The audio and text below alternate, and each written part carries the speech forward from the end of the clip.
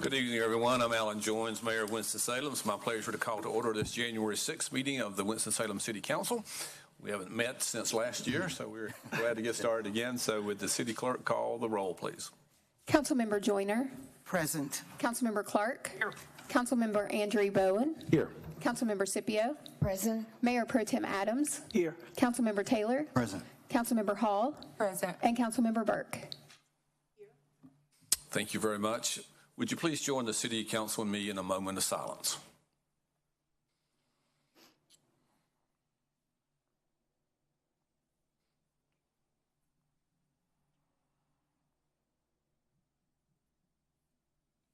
Thank you. And would you join the City Council and me in a Pledge of Allegiance?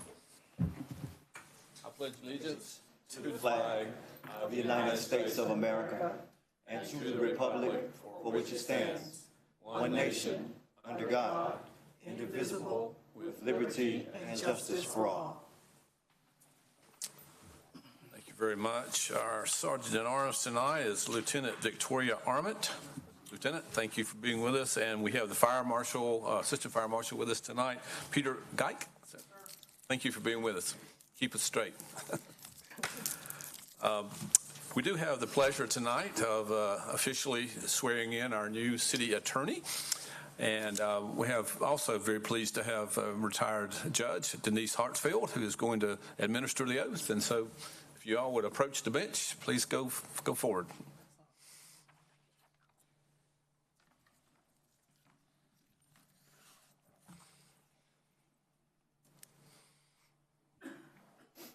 I asked Camille who she wanted to hold the Bible. And I said, just your mom and dad? She said, Mom, Dad, Nate, Lashley, Langston, Cameron. So the village is going to hold the Bible. Amen. As the matriarch of this younger village and the matriarch of this fine French family comes forward at this very special occasion.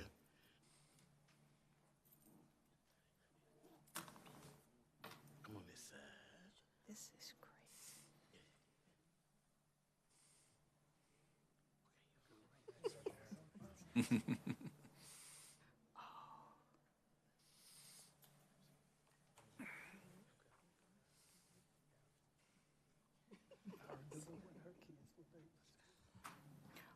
Place your left hand on the Bible and raise your right. Wow. I state your name. I, Camille French, Do solemnly swear do solemnly swear that I will support and maintain that I will support and maintain the Constitution and laws the Constitution and laws of the United States of the United States and the Constitution and laws and the Constitution and laws of North Carolina, of North Carolina, not inconsistent therewith, not inconsistent therewith, and that I will faithfully and that I will faithfully discharge the duties discharge the duties of my office of my office as city attorney. as city attorney. So help me God. So help me God.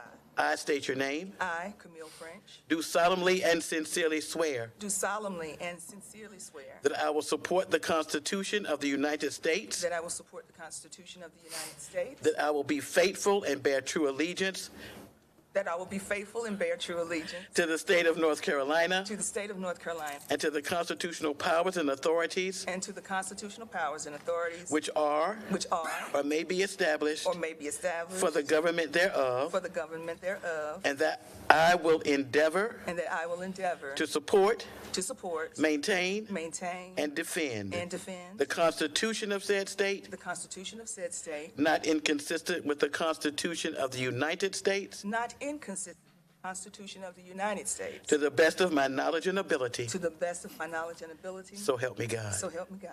I state your name.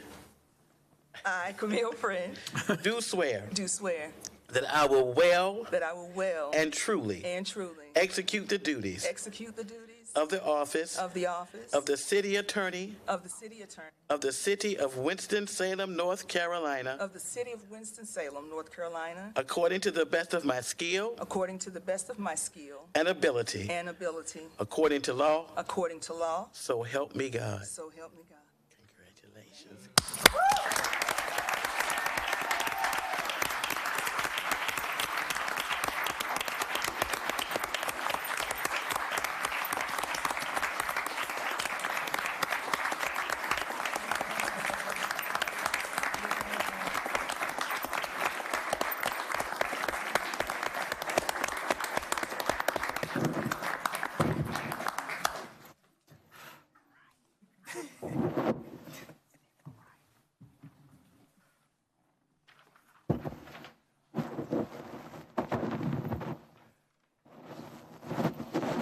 Thank you, Judge. And once you assign the documents there, Ms. French, if you'd like to say a couple of words to the council and the audience.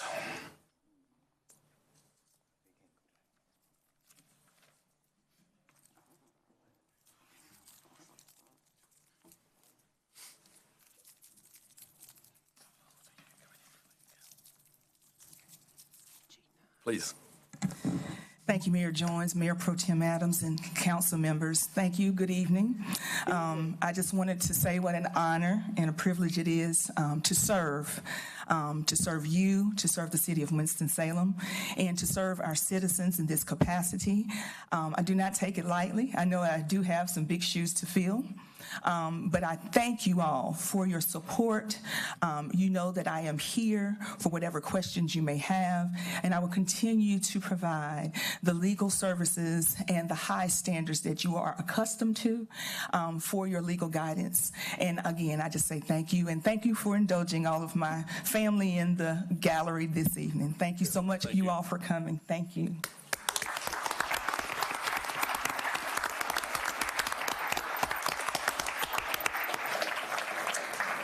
Thank you, Ms. French, and we certainly, I think I speak for the entire council, look forward to working with you in the days, months, and years to come. Thank you. And he didn't say nights either. Nights. Sunday afternoon. Oh. A.M. Christmas break, yes.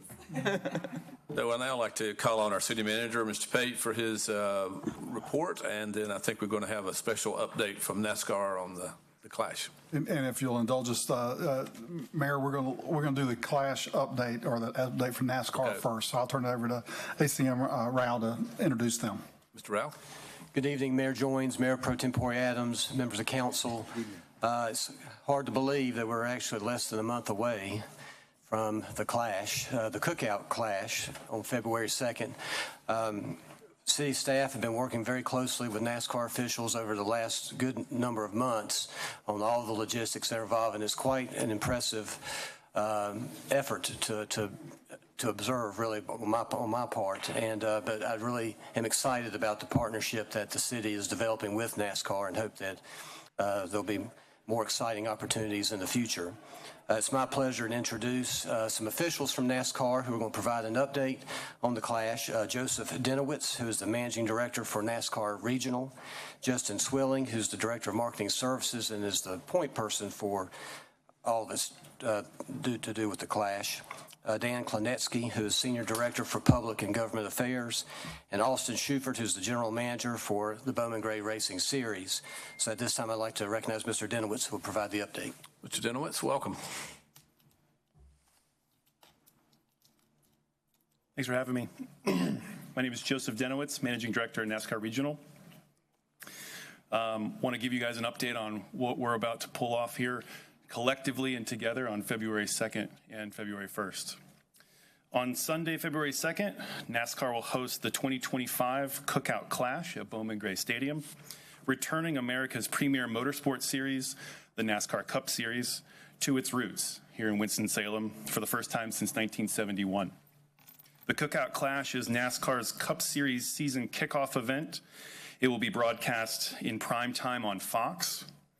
After 3 years at the Los Angeles Memorial Coliseum, the decision to bring the Cookout Clash to Bowman Gray Stadium in Winston-Salem, North Carolina, emerged as the clear choice following extensive discussions with various tracks and municipalities around the country. The opportunity to shine a national spotlight on short track racing and the magic of Bowman Gray Stadium was simply too good to pass up. That's why NASCAR will host the Cookout Madhouse Classic featuring the renowned Bowman Gray Stadium Modified Division on Saturday, February 1st, in conjunction with the NASCAR Cup Series practice and qualifying leading up to the Cookout Clash on the 2nd. The Cookout Clash has been sold out for months, with more than half of the ticket buyers coming from outside the triad. Fans purchased tickets from 44 states, 5 countries, and 3 different continents, underscoring the goal of putting this community on the map around the world. Bowman Gray operates around a quarter of the size of our smallest facility, and bringing the facility to NASCAR Cup Series standards is no small feat.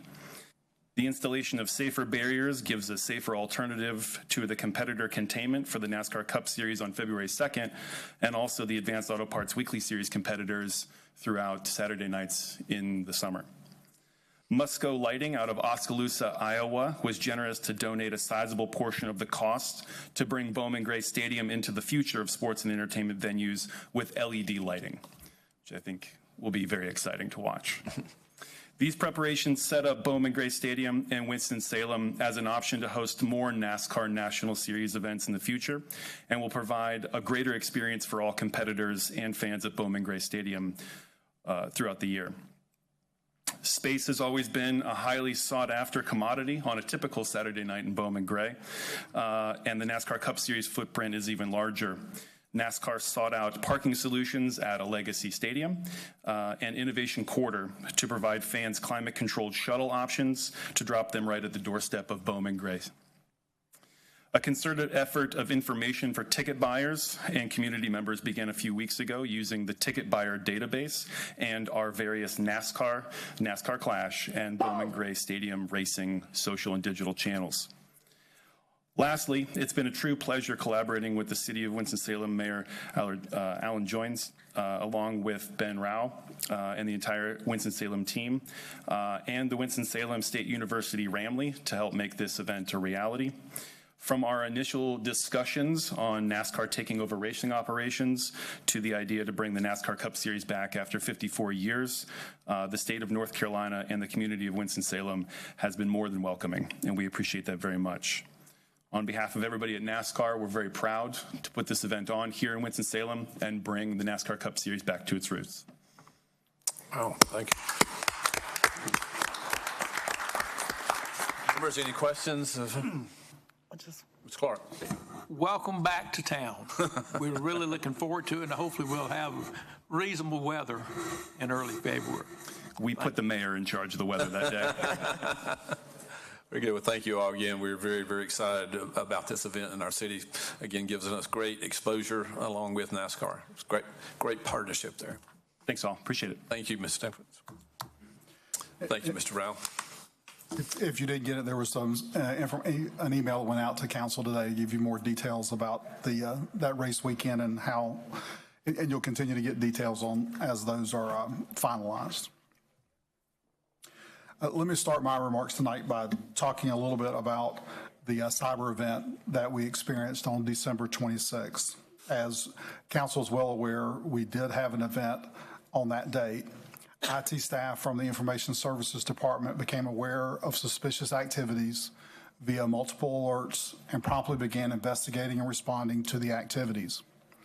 For cautionary reasons, the decision was made to take certain city computer systems offline and to disconnect all access to and from the external internet. Additionally, the city reached out to external resources for triage and forensic assistance. These resources have been working diligently with city staff since that date, both on-site and remotely. Those external resources included the North Carolina National Guard, the North Carolina Local Government Information System Association Strike Team, the North Carolina Department of Emergency Management, the Federal Bureau of Investigation, and 2 divisions of Homeland Security, Secret Service, and the Cybersecurity and Infrastructure Security Council agency. To protect the security of city systems, we are unable to share details of the forensic investigation with the public. If we obtain information material to residents, we will update all relevant parties accordingly to the information that we receive. In addition to working on the triage and forensics, staff has also been working on the restoration and rebuild of the infrastructure and all our city applications. As stated previously, we cannot provide specific information related to city infrastructure due to security reasons. However, as a general update, we are reviewing and enhancing our security tools, processes, and protocols, which has included rebuilding our infrastructure servers, our virtual servers, and our applications. Staff has begun the restoration of business applications using backup files. Top priorities for the restoration include CityLink, human resources, financial management, utilities, revenue collections, and our online payment systems. As previously stated, the system outage has had no impact on the operations of public safety or utility facilities. As we're working diligently to fully restore functionality as quickly and securely as possible, utilities customers we want to make sure they're aware that we are not charging any late fees or assessing any late fees, and there will not be service disconnections due to late payments occurring during this time because of the system issues. Customers who would like to make payments may do so by check or cash at the Bryce A. Stewart building. CityLink is still currently not able to receive phone calls. However, residents may contact them by using the chat function on the website or through texting. More information and additional ways to communicate with the city can also be found on the website. Staff has continued to work days, evenings, weekends to restore the business systems and will continue to do so this week. All IT staff has worked, and with many others, have worked tirelessly to resolve all the issues and will continue to do so until all the services are back up. At this time, we do not have an estimated time for when that will happen, but we hope that it will happen quickly. As we've mentioned to other folks, all of our services, field services, public safety, sanitation, road repairs, all those items are still taking place on a daily basis. The main issues that our residents are seeing is the ability to make online payments. And there are alternates to doing that, and we're not assessing penalties, is the main message that we want to continue to get out to our residents. A couple of other items. One, just as an item that is on your consent agenda related to the Cure Violence Program. There's been a couple of questions of that one, so I wanted to just reiterate to council before you got to that item that this is just a continuation of the existing funding through the end of this fiscal year. I know that some of you have been contacted. There is no funding currently in place for future years for this program. So that will be a budget item that you will be talking about and working on during the strategic planning process as your other priorities. But this item that's on the consent agenda is just to continue the program because it's an intergovernmental agreement with Forsyth County, and they've already adopted extending it till the end of the fiscal year. A couple of other things. Beginning this month, the second portion of the downtown two-way conversion project will begin. Both Liberty and Main Streets will be converted to two-way traffic from Brookstown Avenue to Martin Luther King Jr. Drive. The remaining blocks of 3rd Street between Main Street and Town Run Lane will also be included in the two-way conversion.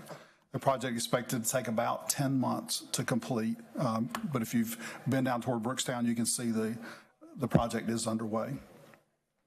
Nominations are also being accepted through February 28th for the Arts, Culture, and Entertainment Memorial Walk of Fame. I believe a couple of you were in the paper show talking about that this week.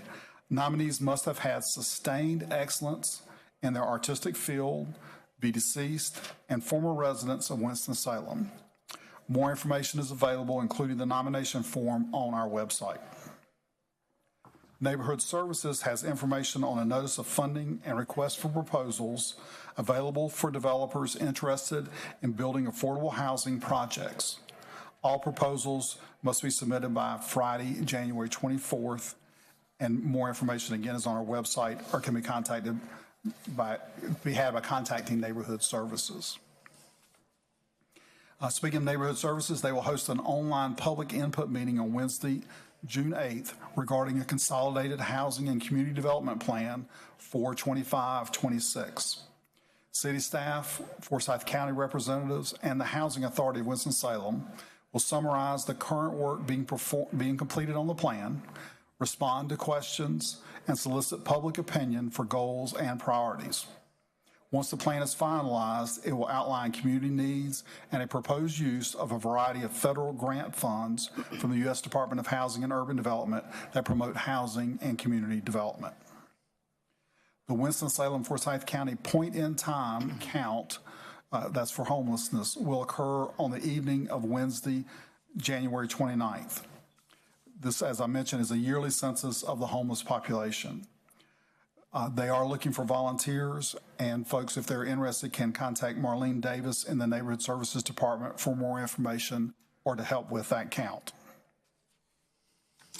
And then finally, I'll just reiterate once again, I do want to give thanks out to, I know the legal department has jumped on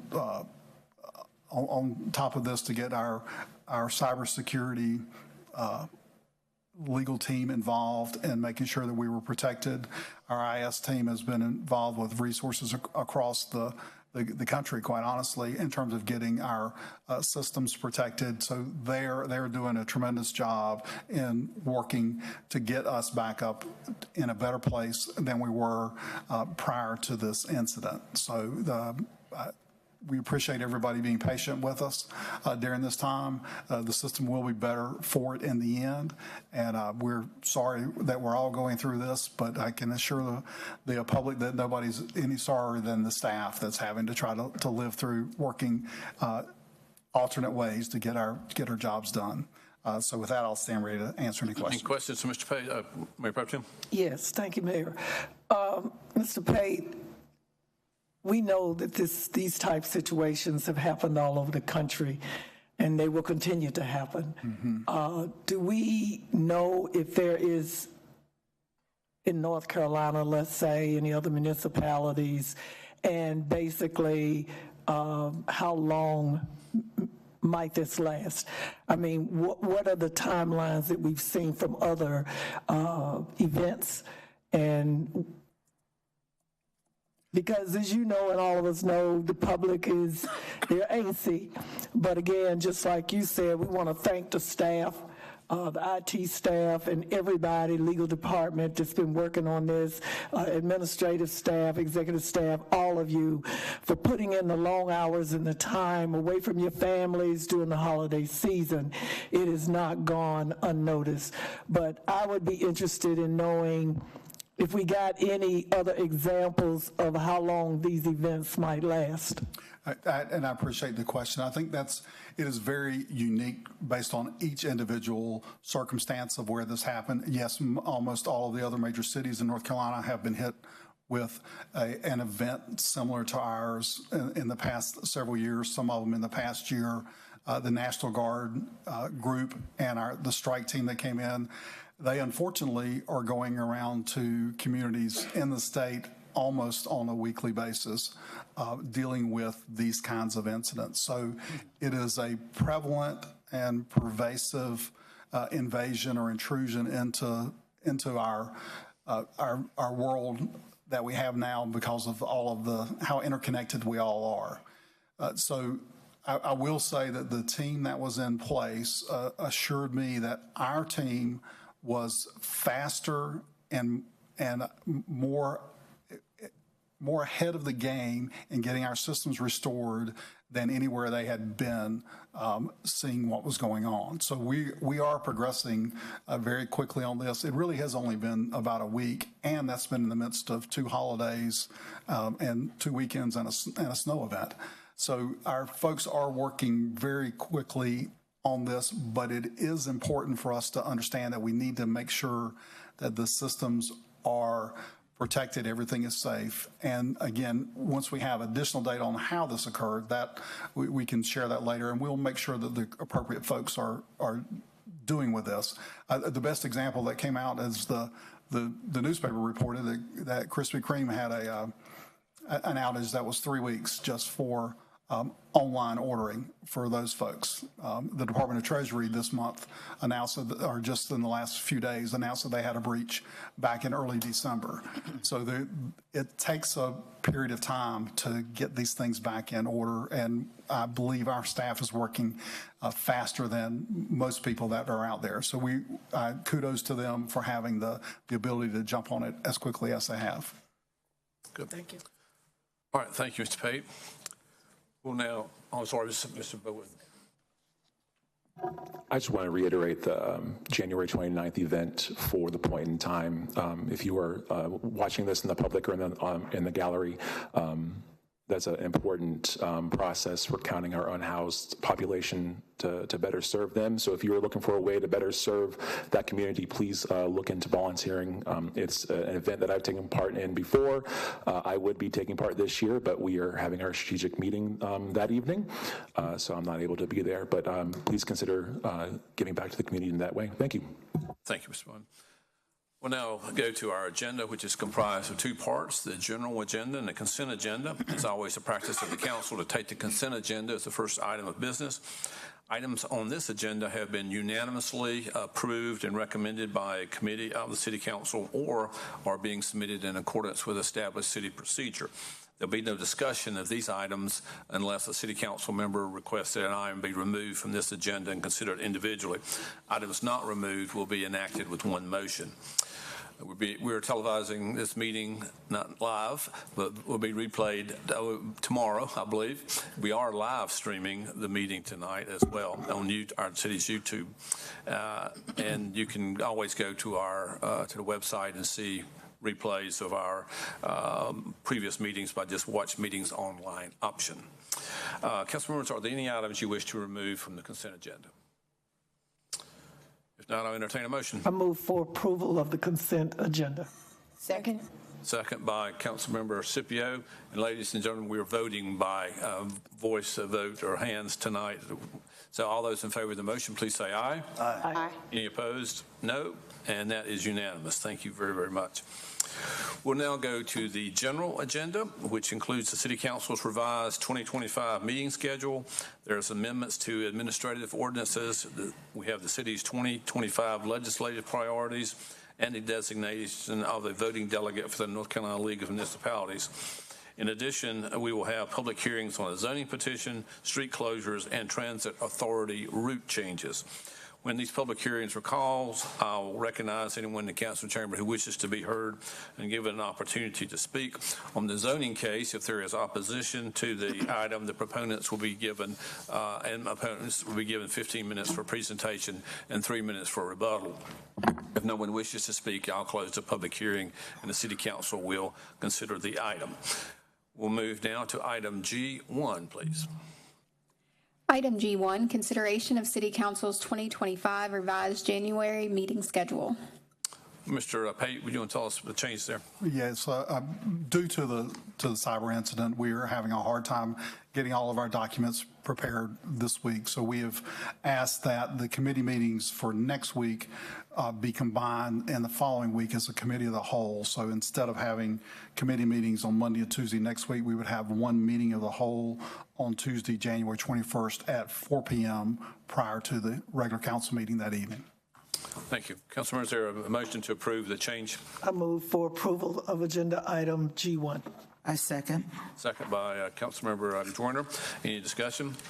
Not all those in favor, please indicate by saying aye. Aye. Aye. One opposed, no. That is unanimous. Thank you very much.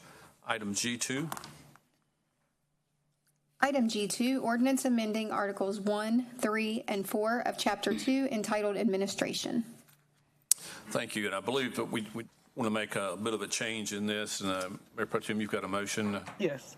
I move to remove section 2-313 from agenda item G2 to be tabled for discussion in committee and for approval of the balance of agenda item G2.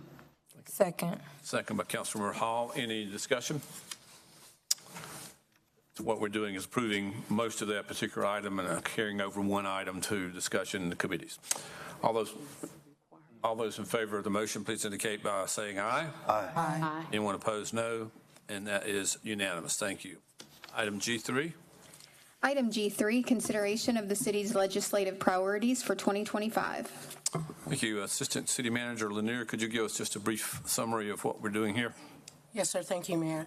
So good evening, Mayor and Mayor Pro Tem Adams and City Council. In this resolution, we have 3 proposed bills and 4 resolutions. Bill 1 relates to system development fees. If enacted, this bill would authorize cities to exempt certain properties from or provide a reduction of system development fees for properties developed for affordable housing purposes. Bill 2, if enacted, this bill would allow Winston-Salem City Council to authorize the planning board to make final decisions as it relates to certain rezoning matters, such as those that are non-controversial, which would expedite the approval process for developers. And Bill 3 relates to the Civil Service Board. This bill would update the current legislation by adding an additional requirement that former city employees must have been separated in good standing from city employment and without a sustained conduct violation or disciplinary action. In particular, one that would make the former employee ineligible for rehire by the city as determined by the city. The provision is being added to protect the integrity of this board, considering that this board has the ability to overturn decisions of the police chief, the fire chief, and even the city manager. And then we also have 4 resolutions. The first, the city is seeking to repeal Section 160 AD 912-1, enacted by Senate Bill 607, which will require the city to essentially compensate sign owners twice for signs that must be removed in accordance with the sign ordinance that the city passed in 2007. The second resolution, or a proposed resolution, would repeal language recently added to Section 160D-601D, Senate Bill 382, regarding downsizing in non-residential areas, which essentially removes any future zoning authority in such areas. The third proposed resolution is a request for funding to help the city with affordable housing, the purchase of a ladder truck for Fire Station 19, and to address significant stormwater issues. And finally, the final proposed resolution requests the repeal of the funding limitation set forth in GS 136.189.11D3 as it pertains to bicycle and pedestrian funding, which would allow the development of safe and more accessible transportation options for bicycle, pedestrians, and users of personal mobility devices in our city and across the state. With that, I'll end and ask if there are any questions. Thank you. Any questions, Assistant Manager Lanier? Mayor Pro Tem? Yes, in your item 2, number 2 in the legislative priorities about the allowing the city county planning zoning to make decisions on non-controversial initiatives. What does that mean when you say non-controversial? I mean, it's in there, but I would have liked to have seen some examples of what that is, Mr. Murphy. Good evening, Mayor. What's non-controversial? Good evening, Mayor, Mayor Pro Tem, members of council. This is an item that I believe was a discussion between the city manager, the Assistant City Manager King, and myself, and the Treebick folks who are a local building advocacy group. And there are some of our peer communities, Greensboro and High Point, already have the ability for their planning board to act as the final approval authority. What this request does is we have special legislation for our planning, the way we do our planning. What this would do would change our local act to make it an option to have the planning board be the final approval authority. If that legislation would be passed, then we would actually have to amend the ordinance, and we would bring that back before this board, and you would make the decision on what non-controversial would mean. Okay. Mr. King, I see you kind of looking like you want to weigh in. Good evening, Mayor, Mayor Pro Tem, and council members. Chris nailed it. I think that's the important piece, is this just would give the council the authority to do so, and then the sausage making around the process would occur with this board here, is whatever you felt comfortable with. Generally, the way these work is if a case is non-controversial, if a case comes through and residents don't like the decision of a planning board, they can appeal and have it heard by the council. So that's kind of the process.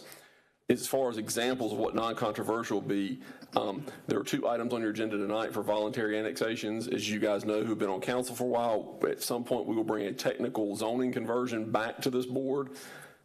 That is probably the poster child for non-controversial zoning cases. So those items could stop at the planning board rather than have to come back to this board. Thank you. Just gives us the authority to do it. Any other questions? Not, I'd entertain a motion, Mayor Pro Tem. I move for approval of agenda item G3. Second. Second by Councilmember Clark. Any further discussion? Not all those in favor, please indicate by voting aye. Aye. Anyone opposed, no. And that is unanimous. Thank you. Item G4. Item G4, resolution designating voting delegate for the North Carolina League of Municipalities 2025 to 2026 biennium legislative policy and goals. You've seen the recommendation that Mayor Pro Tem will be our voting delegate, with the Councilmember Clark being the alternate. Is there a motion? Mayor, members of the council, I move for approval of item G4. Thank you. Second. Motion by Councilmember Taylor, second by Councilmember Scipio. Any discussion? Not all in favor of the motion, please indicate by saying aye. Aye. Aye. Anyone opposed, no. And that is unanimous. Thank you. Mayor Pro Tem, do a good job for us here. Rooting for you. Item G5.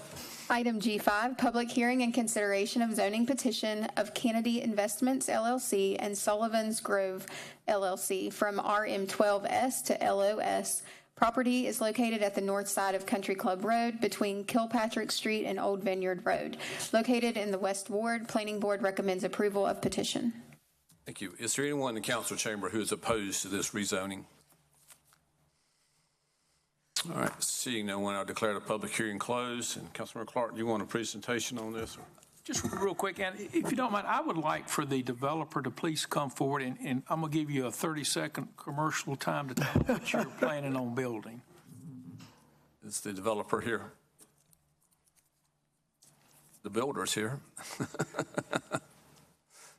You state your name and address for the record, please.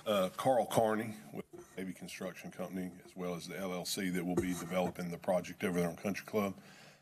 It is a daycare. We've partnered with the Goddard School, which is a national group that has daycares around, really well-established, well-thought-of group. And it will be built on that location. We tear down the two existing properties. The actual operator of the business that will operate the daycare is here, and she and her husband will be the operators of it, of the Goddard Daycare there on Country Club. Thank you. All right, thank you, Mr. Carney. Thank you. Mr. Clark, if you're ready. Yeah, I wanted that to be said because one thing we have learned in the last few years is the chronic shortage of daycare facilities. And this is a good news rezoning. This property is essentially vacant. The homes have been vacant for a number of years. This is going to provide daycare service, I think, from infants to 5-year-olds, 6-year-olds, okay? So when it's really needed for working couples or single parents that work, where they can get their kids in a quality daycare until they get to be school age, when the schools can help them there as well. So anyway, I enthusiastically move approval of this, and I actually have a motion I'll read. I move for approval of 1, the statement of consistency for approval of this item, and 2, W3635. Second. Second by Councilmember Taylor. Any discussion? Not all in favor of the motion, please indicate by saying aye. Aye. Anyone opposed, no.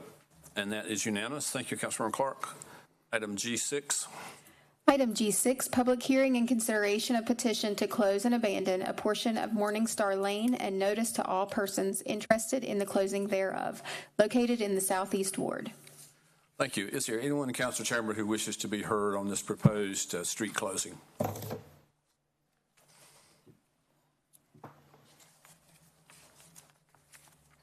Seeing no one, I'll declare the public hearing closed. I know Councilmember Burke, this did come through your committee, but I was going to recognize the council member of the ward for the motion unless...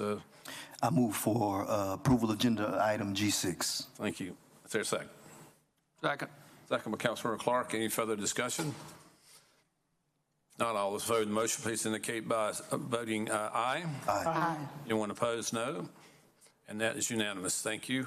Item G7. Item G7, public hearing and consideration of petition to close and abandon a portion of White Meadow Lane and notice to all persons interested in the closing thereof, located in the Southeast Ward. Thank you. Is there anyone in the council chamber who would like to be heard on this proposed street closing? Seeing no one, I declare the public hearing closed. And again, this is in the Southeast Ward. Councilmember Taylor. Thank you, Mayor. Mayor Pro Tem, I move for approval of item G7 and members of the council. Second. Second by Councilmember Scipio. Further discussion, questions? Not all those in favor of the motion, please indicate by voting aye. Aye. Anyone opposed, no. And that is unanimous. Thank you. Item G8. Item G8, public hearing and consideration of ordinance authorizing the issuance of a certificate of public convenience and necessity to High Life LLC for the operation of one Trolley pub in the city of Winston-Salem. This is a public hearing. Is anyone would like to be heard on this proposed issuance of this certificate of public convenience and necessity? Seeing no one, I declare the public hearing closed. I recognize Chair of our Public Safety Committee, Councilmember Scipio. I move for approval of agenda item G8. Second. Motion and second by Councilmember Bowen, I believe. Correct. Any discussion? If not, all those in favor of the motion, please indicate by saying aye. Aye. Anyone opposed, no. And that is unanimous. Thank you. And then item G9. Item G9, public hearing and consideration of resolution authorizing changes to the Winston-Salem Transit Authority route network as identified in the Winston-Salem Transit Authority route study. This is a public hearing. Before we do that, I'm going to ask Mr. Fansler, could you give us just a quick, more than 30 seconds, but a little summary of what these potential changes are? Good evening, Mayor. I'm happy to. Mayor Pro Tem Adams, member of the City Council. Jeff Fansler, I'm the Director of Transportation for the City of Winston-Salem. I'm happy to give a brief update on this item. In committee, we went through a lot of detail on these proposed changes. You may recall the comprehensive study we have been embarking on, really to look at how we operate business altogether. And just a high-level summary of what we are proposing up for public hearing tonight are a couple things. Number one, I'm happy to report, though this is not part of the public hearing, but just want to remind us all that night service has been restored. That was a key component that we exposed back at the committee meeting that as of November in 2024, we did bring night service back and restore that. But some of the key changes that we're recommending now, Mayor, are the following. Just some minor geographical changes to Route 87, 90, 95, and 106. Those are largely where we may have some knuckle or some stop that may not have the ridership demand, and these are just being modified to streamline those. We call it straightening those routes, allow just more efficient and make sure we're making our proper headways. But really, one of the things, two items I want to make real clear, and really that will be the key changes here. We're proposing to eliminate 3 routes, and those routes are Route 99, Route 100, and Route 110. And utilizing the buses and the operators that are on those existing routes today, moving those buses and those operators to routes 83, 90, 107, and 87 to increase frequency on those routes. So what we're discussing and really what the proposed changes really boil down to are eliminating the routes for Route 99, 100, and 110, and then recycling those same fleet, those same operators to the routes 83, 90, 107, and 87 to increase their frequency and provide those higher ridership demands that we're seeing and provide a more frequent service. There's a lot more nuance there, but Mr. Mayor, I'm happy to take any questions. Any questions, Mr. Fansler? Mr. Clark? I'll make an editorial comment. For 23 years, I have been calling on this city. Take care of it. The purpose of a city bus is to move people around. So if you got a route that nobody's riding, take the bus there and put it on the route that people are riding so we can give them greater frequency. And I am delighted to see this change. Councilmember Clark, I appreciate your public support. Councilmember Scipio. Mr. Fansler, just for clarity, I understand the elimination of the 3 routes.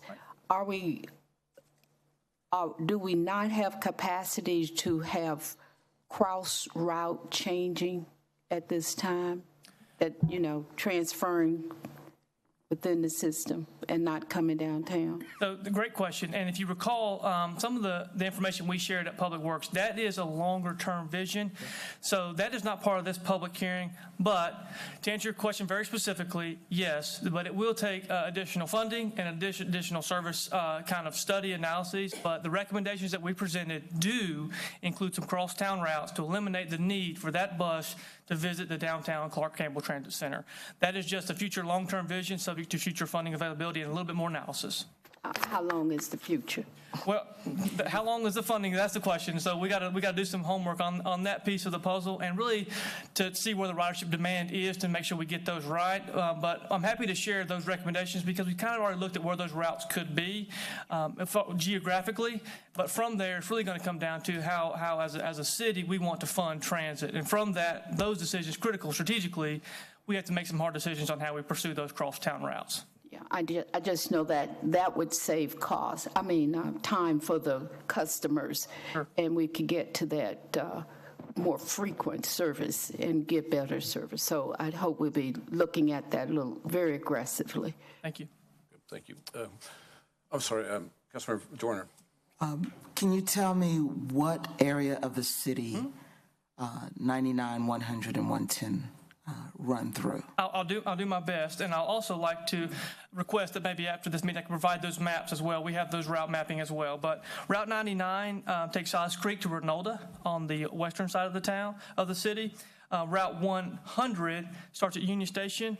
It's kind of a satellite route that runs out down Rams, down Main Street, and then out Silas Creek back to 158 and makes a loop down Miller and operates kind of in the southwest part of the city. And then Route 110 takes 5th Street from the transit center out and then circles down Lowry Street and back into town. It's kind of an out and back route. So I'm happy to provide more details on those routes, stop data, whatever you may like. That's fine. Thank you. Mm-hmm. Thank you. Thank you, Mr. Fansler. And this is a public hearing. Is there anyone in the council chamber who wishes to be heard on these proposed route changes for our transit system? Seeing no one, I'll declare the public hearing closed, and this did come to our Public Works Committee. Councilmember Burke, I would recognize you. Mayor and members of the City Council, I move for approval of agenda item G9. I second. Second by Councilmember Joyner. Any discussion, questions?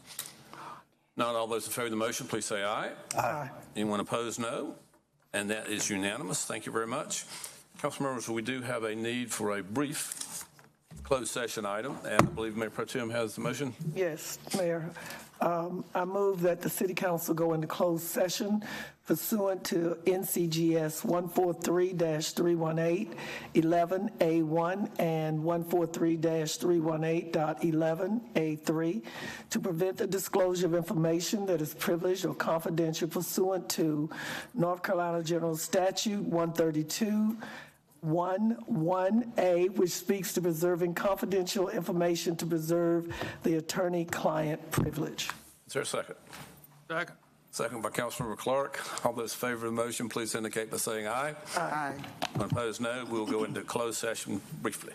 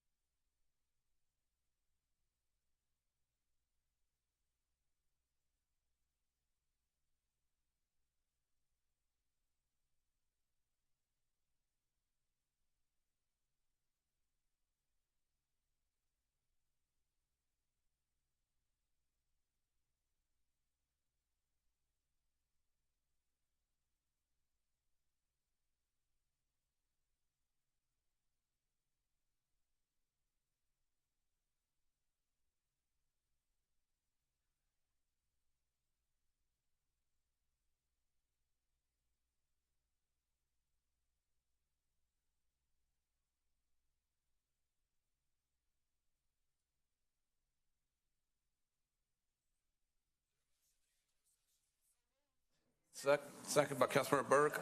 All those in favor of ending closed session, please say aye. Aye.